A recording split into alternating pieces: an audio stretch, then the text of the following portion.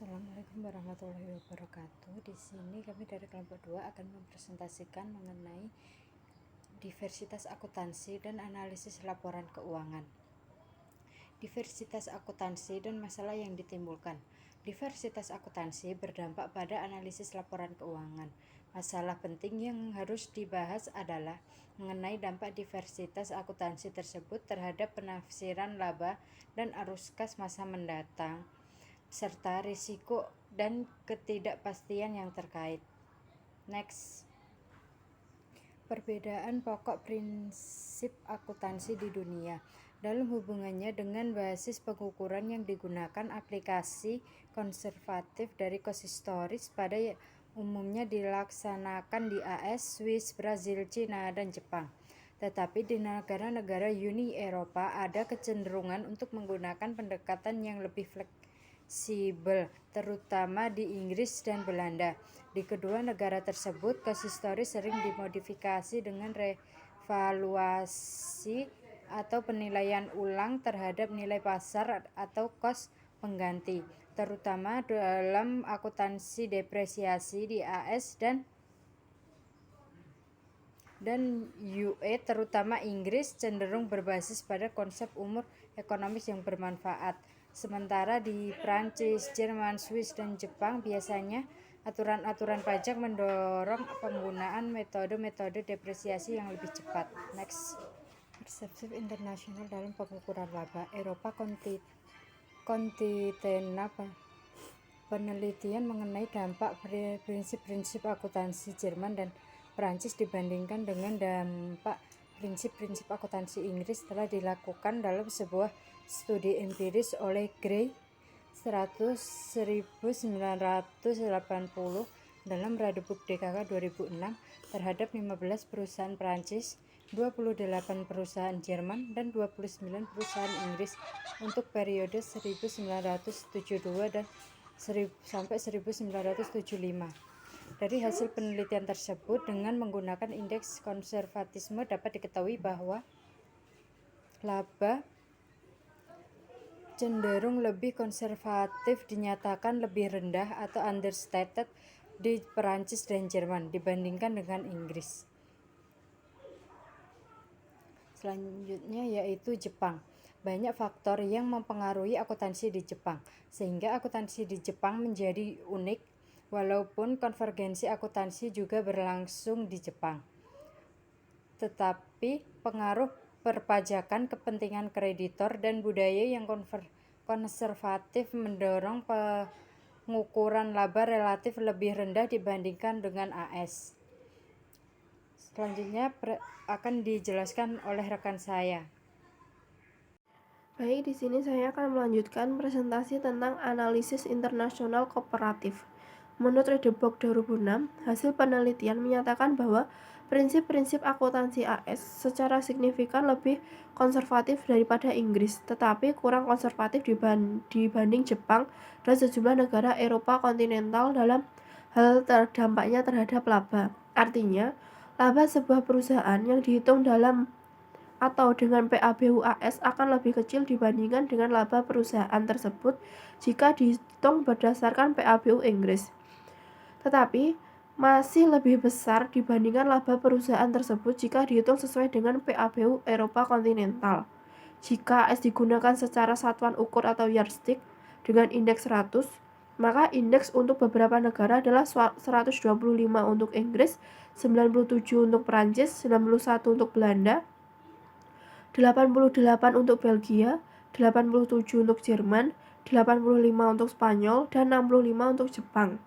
Dari negara-negara tersebut, Inggris secara signifikan paling tidak konservatif sementara Jepang paling konservatif. Sebaliknya, negara-negara Eropa kontinental berada dalam satu kelompok yang secara signifikan lebih konservatif dibanding AS dan kurang konservatif dibanding Jepang.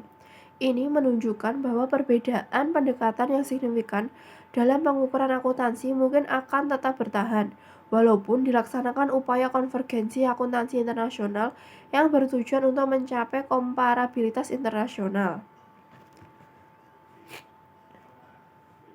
Selanjutnya ialah tentang diversitas akuntansi dan pasar saham.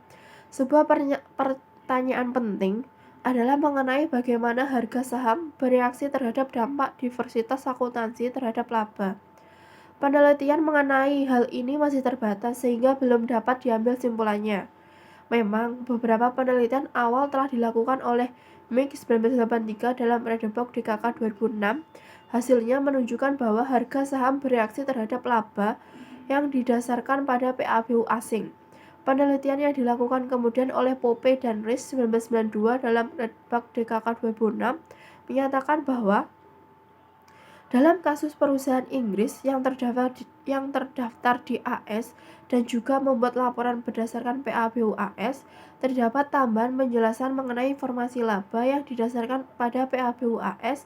Kemudian penelitian yang dilakukan oleh Amir Harris dan Venuti 1993 dalam Redbook DKK 2006 terhadap perusahaan-perusahaan di 20 negara mendukung relevansi nilai dari informasi PABU AS. Tetapi penelitian berikutnya yang dilakukan oleh Rees 1995 dan 1996 dalam Redbook DKK 2006, Bird dan Clis 1996 dan Redbook DKK 2006, serta Fulkerson dan Mink 1998 dan dalam Redbook DKK 2006 memberikan hasil yang kurang jelas.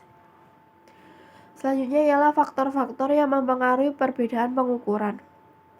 Faktor-faktor yang menyebabkan perbedaan pengukuran dapat berupa faktor-faktor lingkungan dan budaya yang mempengaruhi prinsip-prinsip akuntansi pada masing-masing negara. Di Amerika Serikat dan Inggris, pasar saham mempunyai pengaruh yang dominan, di mana kebutuhan informasi para investor mendorong diadopsinya pandangan yang lebih optimis tentang laba, sehingga harga saham juga lebih tinggi. Tambahan pula, prinsip-prinsip akuntansi yang ada relatif fleksibel, profesi akuntansi relatif independen terhadap pemerintah, dan aturan-aturan pajaknya hanya mempunyai sedikit pengaruh terhadap praktik akuntansi. Nilai-nilai budaya yang mendasarinya memotivasi dan mendukung pendekatan pengukuran yang kurang konservatif. Tetapi sebaliknya, di Eropa kontinental dan Jepang, perpajakan dan sumber-sumber keuangan mempunyai pengaruh-pengaruh yang terjadi relatif besar dibanding dengan pasar saham lainnya. Negara-negara ini secara tradisional mempunyai undang-undang komersial dan pedoman akuntansi. Di samping itu, biasa bagi otoritas pajak mengizinkan hanya item-item itu saja yang dibebankan pada laporan keuangan dan pungutan pajak didasarkan atas laba yang dilaporkan pada laporan keuangan tersebut. Ini cenderung untuk mengarah pada aplikasi prinsip-prinsip akuntansi yang lebih konservatif dapat melaporkan laba yang lebih rendah untuk tujuan pajak. Tambahan pula, signifikan kreditor yang melebihi investor juga mendorong untuk lebih konservatif melaporkan laba yang direndahkan cenderung lebih memenuhi kepentingan kreditor dibanding pemegang saham. Baik, selanjutnya akan dilanjutkan oleh teman saya. Baik, saya menjelaskan mengenai analisis laporan keuangan internasional. Analisis keuangan bertujuan untuk mengevaluasi kinerja sekarang dan masa lalu dan memprediksi kinerja masa mendatang. Analisis rasio dan analisis arus kas merupakan alat yang penting dalam analisis keuangan. Analisis rasio meliputi perbandingan rasio-rasio sebuah perusahaan dengan perusahaan-perusahaan lain dalam suatu industri, pembanding rasio-rasio sebuah perusahaan untuk sejumlah periode, atau pembanding rasio-rasio terhadap sebuah patok duga tertentu. Ini akan memberikan suatu signifikasi relatif dan komparatif dan dari item-item dalam laporan keuangan, dan juga bermanfaat untuk mengevaluasi efektivitas kebijakan-kebijakan manajemen dalam operasi investasi dan pendanaan. Analisis arus kas berfokus pada laporan arus kas yang memberikan informasi mengenai arus kas masuk dan arus kas keluar sebuah perusahaan yang diklasifikasikan jadi kegiatan-kegiatan operasi, investasi, dan pendanaan, serta diklosur mengenai kegiatan-kegiatan investasi dan pendanaan non-kas. Analisis dapat menggunakan analisis arus kas untuk masalah-masalah manajemen dan kinerja perusahaan. Selanjutnya yaitu analisis rasio. Ada dua isu di dalam analisis rasio keuangan internasional. Pertama, apakah perbedaan prinsip-prinsip akuntansi antar negara menyebabkan variasi yang signifikan dalam angka-angka laporan keuangan? Kedua, dalam kondisi kompetitif, bagaimana perbedaan-perbedaan ekonomi dan budaya lokal mempengaruhi interpretasi rasio-rasio keuangan dan ukuran-ukuran akuntansi, bahwa ketika pengukuran akuntansi dari negara-negara lain telah dieliminasi dengan menggunakan statement ulang. Terdapat banyak bukti yang menunjukkan bahwa terdapat perbedaan lintas negara dalam portabilitas daya ungkit dan jumlah serta rasio-rasio laporan keuangan yang lain yang dihasilkan baik dari faktor-faktor akuntansi maupun non-akuntansi. Dalam sebuah studi pendapatan penjualan laba bersih dan daya ungkit diperbandingkan antar perusahaan-perusahaan yang berdominasi di Prancis, Jerman, Jepang, Inggris, dan Amerika Serikat sampai yang terdiri dari 80 perusahaan dibandingkan sesuai dengan ukuran perusahaan nilai pasar ekuitas, di mana semua perusahaan termasuk dalam industri manufaktur. Ketiga, ukuran keuangan bervariasi secara substansi antar negara. Selanjutnya mengenai analisis arus kas, yaitu laporan arus kas yang sangat rinci disyaratkan di dalam PABU Amerika Serikat, PABU Inggris, IFRS, dan standar-standar akuntansi di negara-negara lain yang jumlahnya semakin banyak. Ukuran-ukuran yang terkait arus kas terutama bermanfaat dalam analisis internasional karena ukuran-ukuran tersebut tidak terlalu terpengaruh oleh perbedaan prinsip-prinsip akuntansi dibandingkan dengan ukuran-ukuran yang berbasis laba. Jika laporan arus kas tidak disajikan, seringkali terdapat kesulitan dalam menghitung arus kas operasi dan ukuran-ukuran arus kas yang lain yang dilakukan dengan cara menyesuaikan laba berbasis akrual. Banyak perusahaan tidak mau mendisclose informasi yang diperlukan untuk melakukan penyesuaian tersebut. Sebagai contoh, neraca Jerman sering melaporkan akun cadangan yang mengejutkan yang mencerminkan tipe-tipe akrual yang berbeda. Sangat sedikit jika ada rincian yang disajikan yang memungkinkan pemakai laporan keuangan untuk menaksir implikasi arus kas operasi, investasi, dan pendanaan. Berikut presentasi yang dapat kelompok kami sampaikan. Apabila ada kurang lebihnya mohon maaf. Wassalamualaikum warahmatullahi wabarakatuh.